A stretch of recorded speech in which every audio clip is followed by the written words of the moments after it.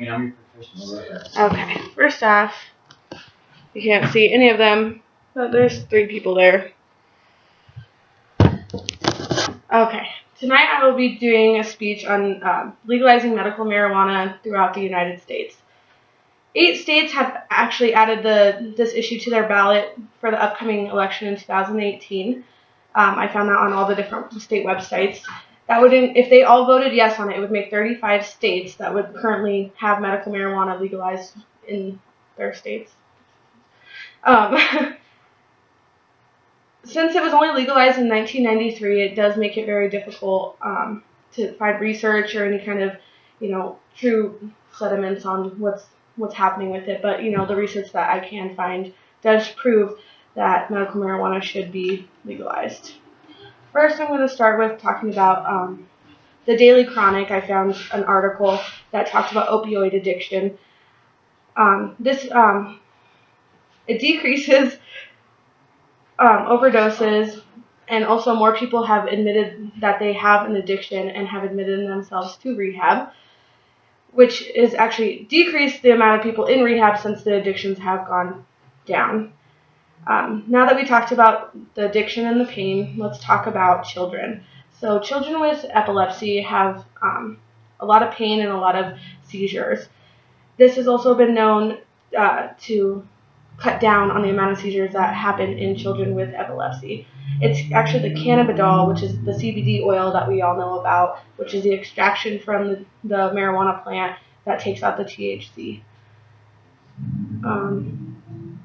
It actually takes out the psychosis effect, which is the THC, which actually decreases the amount of seizures that happen in children. So now that we've talked about adults and children, let's talk about the psychological effects that it has on many people.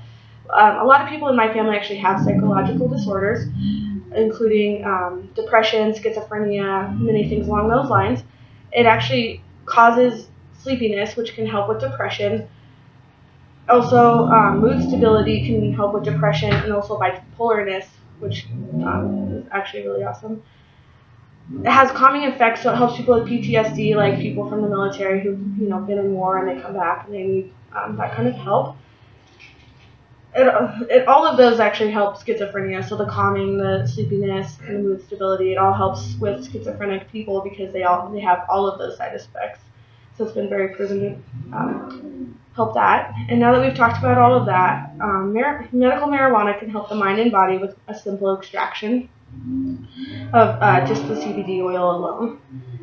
If we start a petition to remove medical marijuana as a stage 1 drug on the federal law, then more states can focus on the actual helping and the pros and cons of medical marijuana, let alone, or instead of the legalized effects of it with the federal law instead of state law.